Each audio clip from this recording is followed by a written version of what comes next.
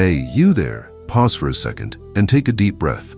Today we're diving into something that sounds like it's straight out of an ancient adventure, but it profoundly shaped the way we think even now. The Emerald Tablet, that legendary slab attributed to Hermes Trismegistus, the thrice great. It's not just some lost text from the past. It's the seed of Hermeticism, blending deep psychology and hidden history in a way that still echoes in science and in our minds. Imagine ideas born in ancient Egypt, reaching all the way to figures like Newton and beyond. I invite you to listen to this, not as a lecture, but as a personal discovery. These principles aren't locked away in museums. They live in your psyche, shaping how you see the world and yourself. Simple question. What if a single line from this tablet could shed light on something you've been carrying for years without realizing it? Stick with me. At the end, I'll open the door to the next video, Mentalism, the Mind as the Language of Reality. Before we begin, notice how your curiosity is already stirring. That's Hermeticism at work. Let's go.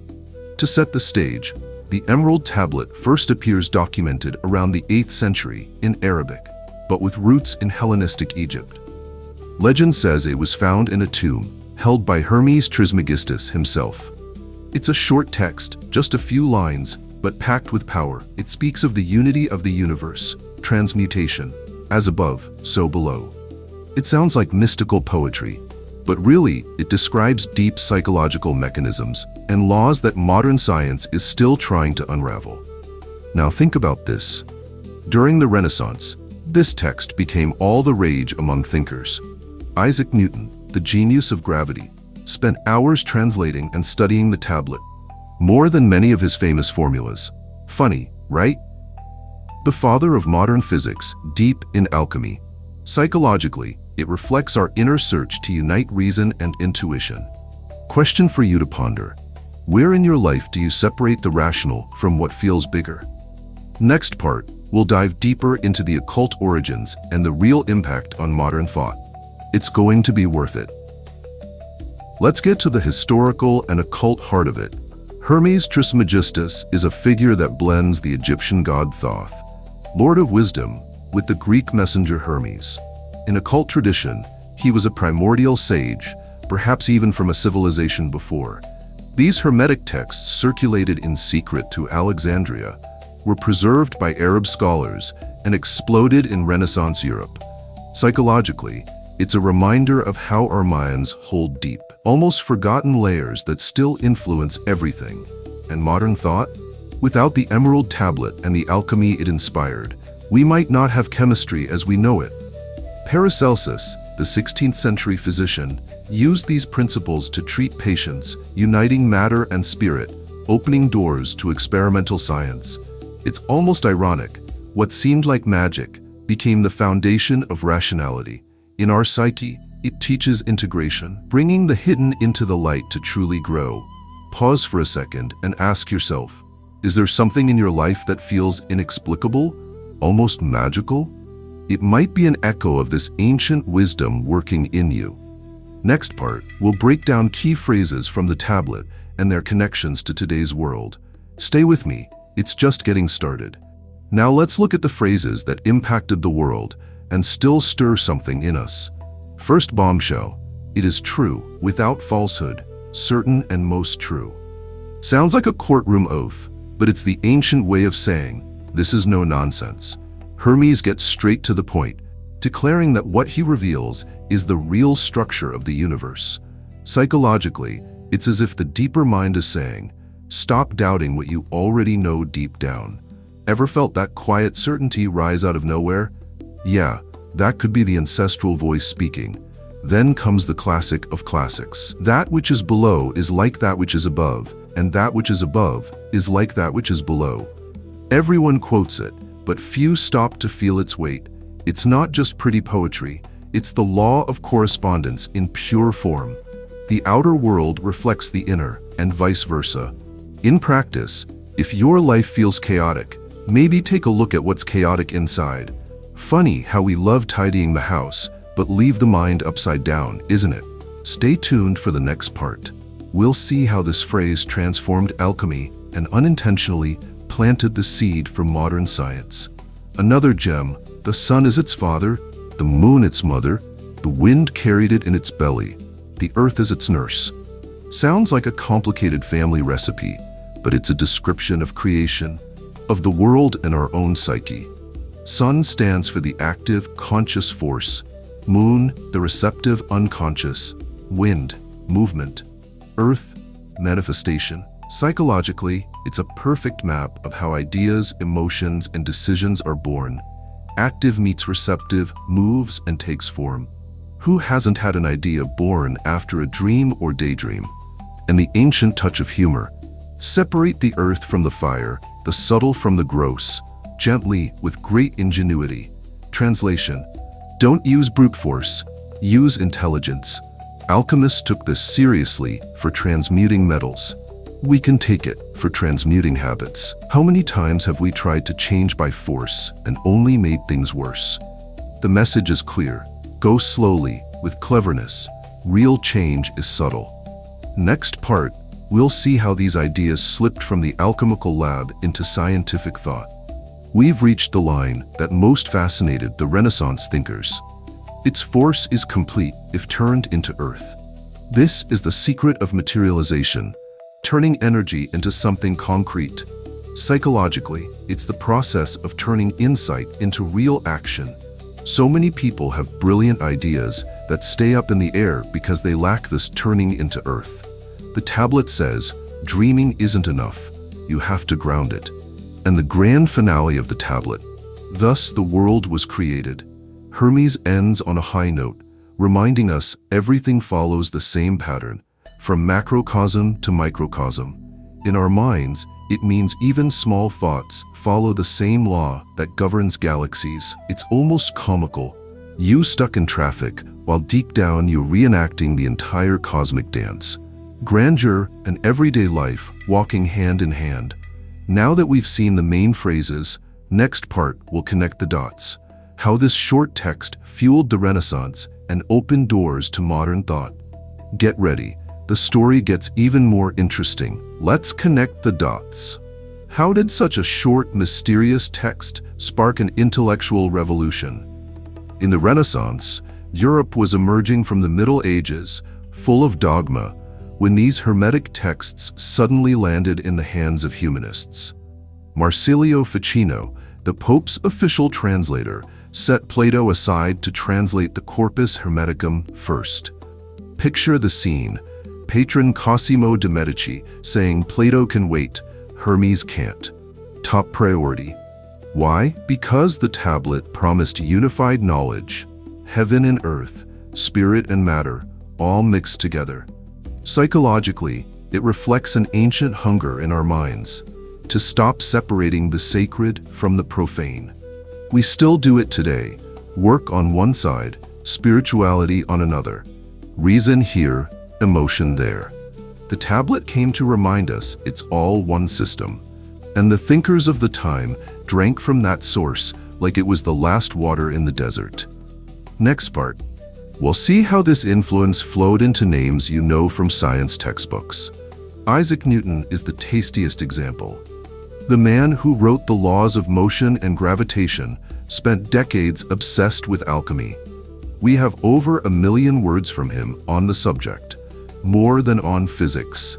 He personally translated the Emerald Tablet and believed it held the keys to understanding the active forces of the universe. Funny to think, the guy who explained the falling apple was also secretly trying to make the Philosopher's Stone. For Newton, there was no separation. Gravity was a hidden force, just like the sympathies and antipathies of alchemy. Psychologically, it shows how a brilliant mind needs a unified vision to function. It rejects compartments. And have you noticed your best ideas come when you stop separating logical from intuitive? Stick with me. Next part, we'll see how this hermetic wave helped birth modern science without anyone admitting it. Alchemy, the direct child of the tablet, was the lab where experimental science learned to walk. Paracelsus burned old medical books and said, "I'll test it in practice." Robert Boyle, father of modern chemistry, started as an alchemist. Even Lavoisier, who ended the phlogiston theory, indirectly drank from this source. What looked like magic, observe, experiment. Record became the scientific method. The difference? They removed the spiritual ingredient and left just the steps. Psychologically, it's similar to what we do as we mature. Take old beliefs, test them, discard what doesn't work, keep what does. But many throw the baby out with the bathwater, losing the deeper meaning. The tablet reminds us we can keep both, the practical and the symbolic. Next part, we'll talk about the price we paid for that separation and why today we're returning to Hermeticism in a new way. And the price of that separation? We paid dearly. By tossing out the mystical side of alchemy, science gained precision but lost the sense of unity. We became specialists in pieces. Physics here, psychology there, spirituality in a separate corner. Result? A fragmented worldview that leaves many feeling something's missing. Psychologically, it's like repressing parts of your own mind. It works for a while, but sooner or later, the repressed knocks on the door. Today, curiously, we're returning to Hermeticism through other paths. Quantum physics talking about the observer influencing reality sounds familiar. Jung rescuing alchemy as a map of the unconscious. Exactly. Even modern psychology, with mindfulness and shadow integration, draws from this ancient source without always admitting it. The tablet never left the stage. It was just waiting for us to mature enough to see it again. Next, we'll explore why this return is happening now and what it means for you in everyday life. The 20th century brought a shock. The more science advanced, the emptier people felt. 2 world wars, pure materialism, and suddenly folks started asking, where's the meaning? That's when Jung steps in, taking alchemy and the emerald tablet seriously. For him, Hermetic symbols were images of individuation, the process of becoming whole. It wasn't esoteric madness, it was deep psychology disguised as ancient magic. Jung said alchemists projected the unconscious onto their experiments, turning lead into gold, perfect metaphor for transforming our rawest parts into something valuable. Sunny, they thought they were working with metals, but they were really working on their own psyche. And we do the same when we try to fix life without looking inside. Let's move on to the practical example of how one phrase from the tablet still guides modern therapists. You'll recognize it right away. Take the law of correspondence, as above, so below. In Jungian therapy, it becomes projection. You see in others what you carry in yourself. In quantum physics, entanglement and the observer's role echo the same principle. Everything is connected. The observer is part of what's observed. No coincidence. Pioneers of quantum theory, like Bohr and Pauli, talked with Jung and read Hermetic texts. Pauli, a Nobel winner, was obsessed with dreams and symbols. He worked with Jung to understand his own scientific insights through alchemy. Result? He saw the tablet as a bridge between matter and mind, exactly what modern science still struggles to explain. Psychologically, it invites us to stop treating the mind as isolated. It's always dancing with the world. Now that we see these connections, let's close with a reflection on what the Emerald Tablet still has to teach us today and an invitation to what's coming next. What does the Emerald Tablet still have to teach us today? First, humility. It reminds us that knowledge isn't just collecting facts, but seeing connections.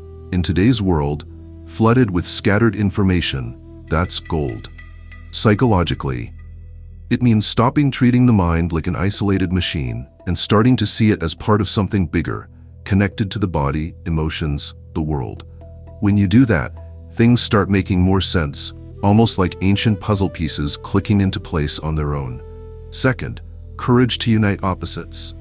The tablet doesn't separate matter from spirit, reason from intuition, and when we stop making that rigid divide, we gain freedom. It stops being either or and becomes both in balance. How many inner battles would end if we applied this daily? It's simple but profound. And admit it, we complicate things so much sometimes it seems we prefer the drama. Let's move forward with a quick practice you can take from the tablet into real life. Here's a simple exercise inspired by the tablet's correspondence. Take something bothering you in the outer world, a work situation, a relationship, even the news. Ask yourself, what does this reflect in me? Not to blame yourself, but to understand. Write down whatever comes, no filter. Many discover that what irritates outside is an echo of something unresolved inside. It works like an old mirror, foggy at first, but the more you look, the clearer it gets. And the best part, when you see the reflection, the discomfort loses power.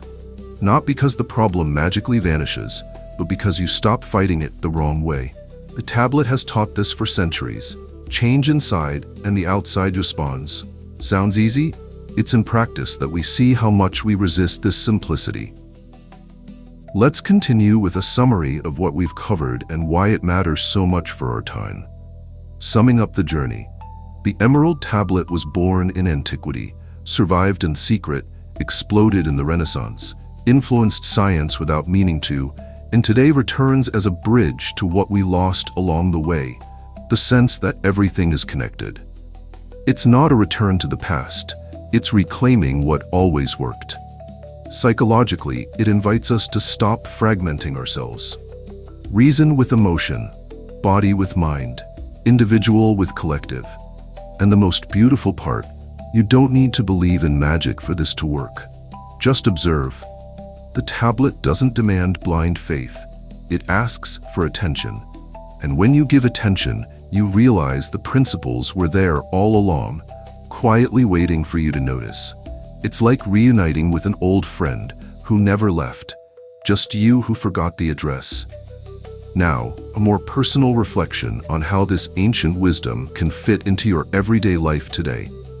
Think about today's fast pace, notifications, commitments, uncertainties. The tablet comes as a gentle reminder. Everything follows a larger pattern. When you feel lost, it might just be because you're looking only at the piece of tapestry in your hand. Step back and see the whole design. Psychologically, this reduces anxiety. You stop thinking the chaos is personal and start seeing it as part of a bigger movement. Many arrive here after years chasing external solutions. More productivity, more techniques, more apps. It works to a point, but the emptiness lingers. The Hermetic approach is internal. Adjust perception, and the world adjusts with it. It's not laziness, it's intelligence. As an alchemist with a sense of humor might say, why carry the whole cauldron if you only need to heat the essence? Let's dive a bit deeper into what Jung drew from this tablet to map the modern psyche. Jung was one of the deepest drinkers from the Hermetic well in the 20th century. For him, alchemical transmutation was the perfect metaphor for individuation, becoming who we truly are by integrating light and shadow. The tablet, with its symbolic language, served as a map. Separate the subtle from the gross, became in therapy, separating the essential from the superfluous in the stories we tell ourselves. And the funny thing, Jung treated scientists who laughed at symbolism until they started dreaming alchemical images. The psyche doesn't ask permission, it speaks the language it needs. Today, therapists still use similar ideas, working with dreams, projections, symbols. The tablet was right. What's inside manifests outside, and vice versa. Stay with me for a short guided practice, straight from the Hermetic tradition adapted for today. Let's do this together now. Sit comfortably. Close your eyes for a moment if you can. Breathe deeply 3 times. Bring to mind something you want to manifest. A change, a project, a quality. Imagine it as a seed, the earth of the tablet. Feel the sun, your clear intention, warming it. The moon, your receptivity, nourishing it. The wind, movement, carrying it. Don't force, just observe. Then come back and notice how you feel. This simple exercise activates what the tablet calls the work of wonders. Psychologically, it aligns consciousness and unconscious. Do it for a few days and see what shifts. Not in the world yet, but in your relationship to the desire. Many report more clarity, less resistance. It's Hermeticism working without fanfare. Now, let's see how this kind of practice echoes in today's self-development movements. Today, mindfulness, meditation, even coaching draw indirectly from this source. The difference is that original Hermeticism doesn't separate the practical from the sacred. It's all one. When you practice something like this, you're not just relaxing. You're aligning deep layers of the psyche. And the results show up in daily life. Smoother decisions, more honest relationships, less reactivity. It's almost ironic. The faster our times get, the more people seek exactly what the tablet offered, a sense of unity. Self-help books sell millions promising it. But the original recipe fits in a few lines carved on an emerald stone. Sometimes the oldest is the most current. Let's continue with a look at how the tablet influenced lesser-known but equally fascinating figures. Beyond Newton and Jung, there's Giordano Bruno, burned at the stake for ideas straight from Hermeticism. He saw an infinite universe, full of worlds all interconnected. Sound familiar? Today, astronomy confirms multiple universes, quantum connections. Bruno paid dearly for saying the divine is in everything, not just on a distant throne.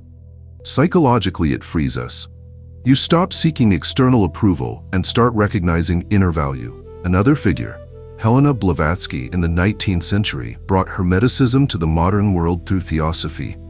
Controversial, yes, but she opened doors for millions to question pure materialism. The point isn't agreeing with everything, but seeing the movement. The tablet never dies. It transforms and reappears when we need it most. And have you ever felt this ancient wisdom knock on your door in an unexpected way? The tablet's influence doesn't stop with historical figures. In the 20th century, even the 1960s counterculture drew from it indirectly. Peace, love, expanded consciousness. Many modern spiritual movements, from yoga to contemporary shamanism, carry Hermetic echoes. Psychologically, it makes sense. In times of crisis, the mind seeks synthesis, meaning beyond the material. The tablet offers exactly that, without rigid dogmas.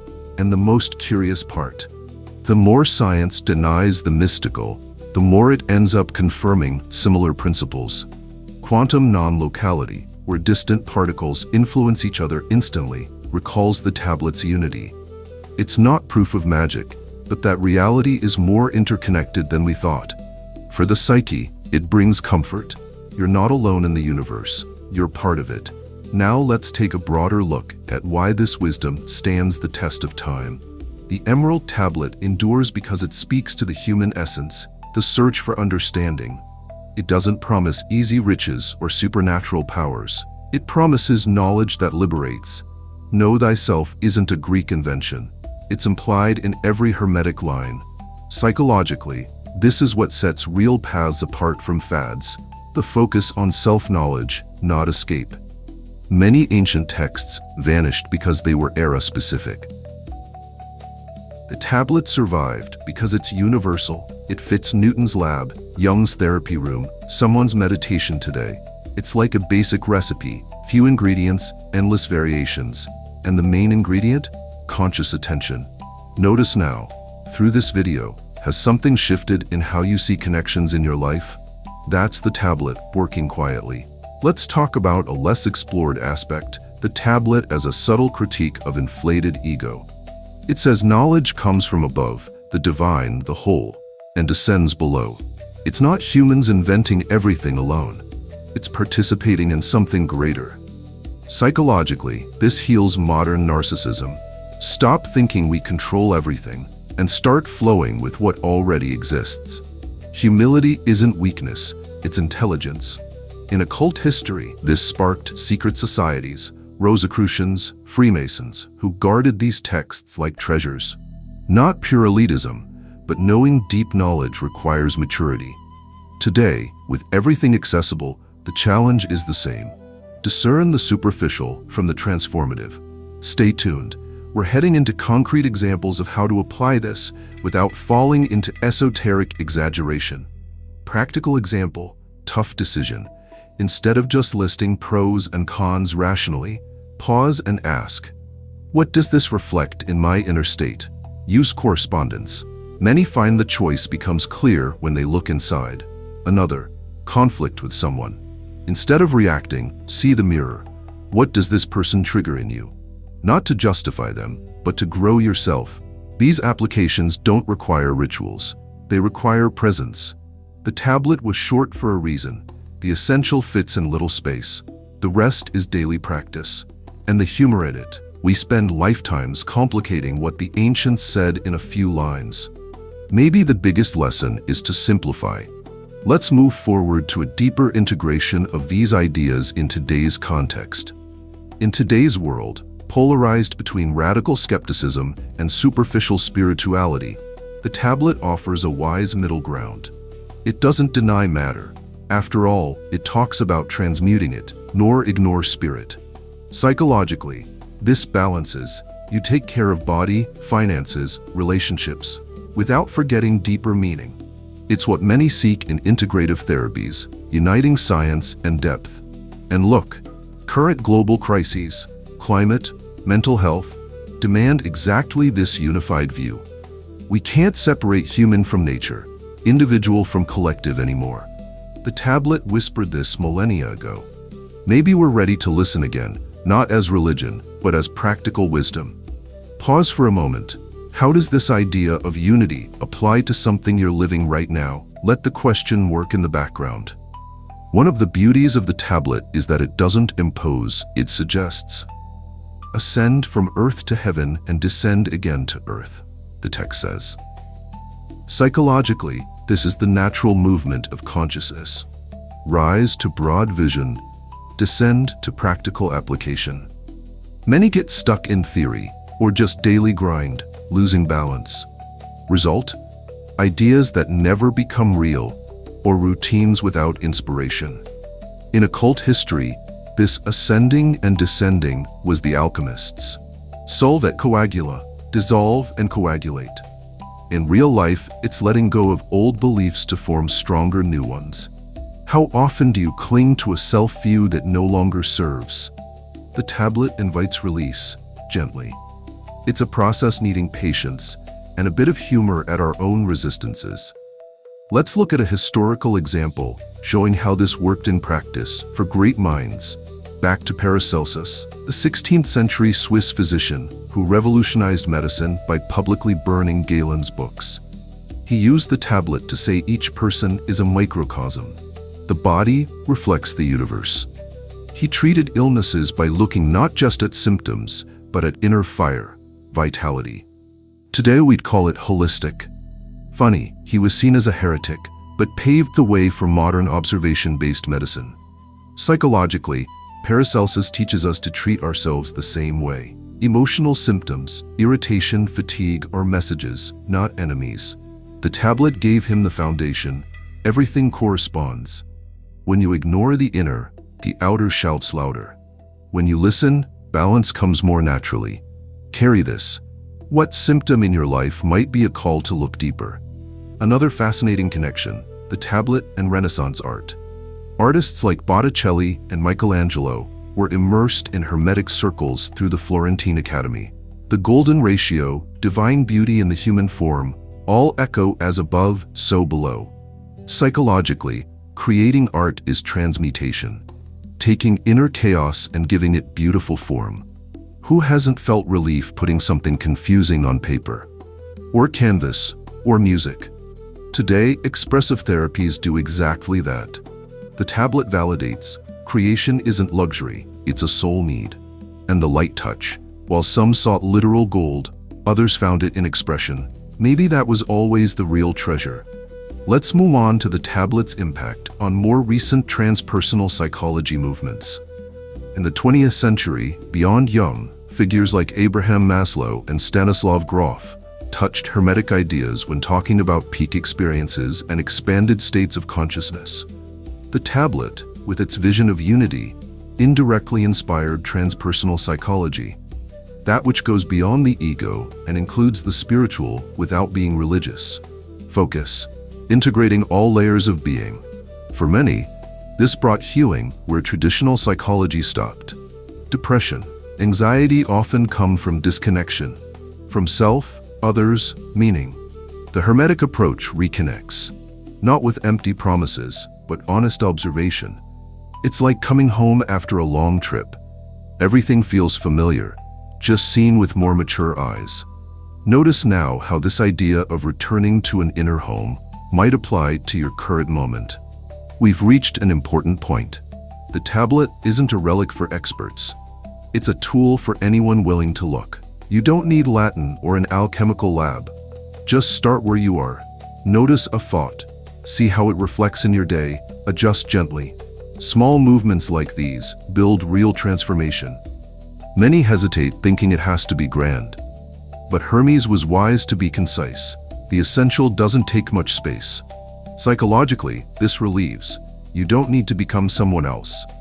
You need to recognize who you already are, with all layers, and accept the process is ongoing, not a one-time event. Let's continue this exploration with a broader view and an invitation to what's ahead. We've reached a broader synthesis of this journey. The Emerald Tablet isn't just an ancient text or an occult mystery. It's a constant invitation to see the world and ourselves in a more connected way.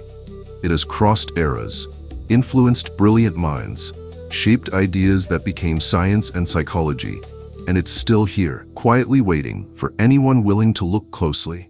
Psychologically, it helps us integrate parts we usually keep separate: the rational and the intuitive, the visible and the invisible, the everyday and the profound. It's not about believing in ancient magic, but recognizing patterns that have always existed. When we do that, life gains a bit more coherence, less fragmentation. Let's deepen this integration, exploring how these principles can weave even more into daily life. What's most impressive about the tablet is its ability to adapt to different eras. In the Renaissance, it was a manual for transmuting metals and souls. In the 20th century, it became a map for Jung to understand the unconscious. Today, it can guide us through modern uncertainties. Psychologically, this shows how the human mind always seeks unity. And when it finds it, something calms inside. It's not about adopting ancient beliefs literally, but using the essence, noticing that the inner and outer are always in dialogue. A small shift in how you see things already changes the experience. It's subtle, but it builds. As the alchemists knew, slow work is what lasts. Reflect for a moment. How does an idea this old still make sense in your world today? Let's return to the phrase that echoes most: as above, so below. In practice, it means large patterns repeat on smaller scales, and vice versa. Psychologically, your inner conflicts often mirror outer dynamics, and resolving one helps the other. It's not blame, it's an opportunity for understanding. Many spend years reacting to the world without noticing these reflections. When we pause and look, the weight lightens. Irritation becomes information, confusion, an invitation to clarity. The tablet doesn't complicate, it simplifies, pointing to the essential. Let this idea rest in you a bit longer. Notice how it might illuminate situations that seemed disconnected. Another deep layer: transmutation. It's not just an alchemical metaphor, it's a real psychological process. Taking what seems negative, a loss, a limitation, and working until it reveals its teaching. A mind that learns this stops rejecting experiences and starts integrating them. Result: more resilience, less bitterness. In occult history, alchemists dedicated lives to this. We can do it in daily doses. A tough conversation becomes a lesson, a mistake, an adjustment. Nothing is lost. Everything contributes to the final compound, a richer consciousness. Look at your own path. What difficult experience has already revealed its value over time? The tablet also speaks of complementary forces: sun and moon, active and receptive. Psychologically, this is balance between doing and allowing, planning and intuiting. When one dominates, imbalance appears. Too much action brings exhaustion. Too much waiting, stagnation. Wisdom lies in the middle, in the dance. In everyday life, this shows up in decisions, relationships, creativity. Recognizing these inner forces helps flow better. It's not about forcing perfect balance, but noticing when one needs space. Feel it now. In what area of life could you allow more balance between action and reception? Back to unity. The tablet insists nothing is separate. Body, mind, world, all converse. Psychologically, accepting this reduces the isolation that weighs so heavily today. You stop feeling against life and start feeling part of it. Small shift in perspective, big release. In the Hermetic tradition, this was the great secret. Not power over others, but understanding the whole. Today, science confirms interconnections on levels the ancients intuited. The tablet was ahead, waiting for us to catch up. Let this echo. You're part of something greater, even on the most ordinary days. A less discussed aspect, the humility the tablet teaches. It says knowledge comes from above and descends, not a solitary ego conquest. Psychologically, this heals the illusion of total control. Accepting greater forces frees energy for what we can truly influence. In times of constant self-promotion, this is countercurrent and liberating. Less need to prove. More space to be. The ancients knew true strength comes from connection, not separation. Notice if this resonates with any unnecessary weight you're carrying. The tablet as a mirror of the psyche. Each phrase reflects an inner mechanism.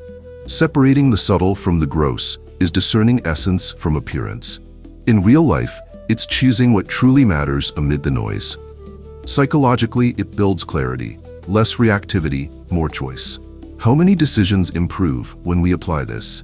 Instead of reacting to the surface, go to the core. It's inner work that changes the outer without extra effort. Try it today. In any situation, ask, what's the essential here? The ascent and descent the tablet mentions is continuous movement. Broad vision, practical application, broad vision again. Psychologically, it's the healthy rhythm of consciousness, alternating elevated perspective and grounded presence. Staying at one extreme brings imbalance. Many live either only dreaming big or only putting out fires. The tablet suggests the back and forth. That's where real growth happens, integrating theory and practice. Feel the invitation.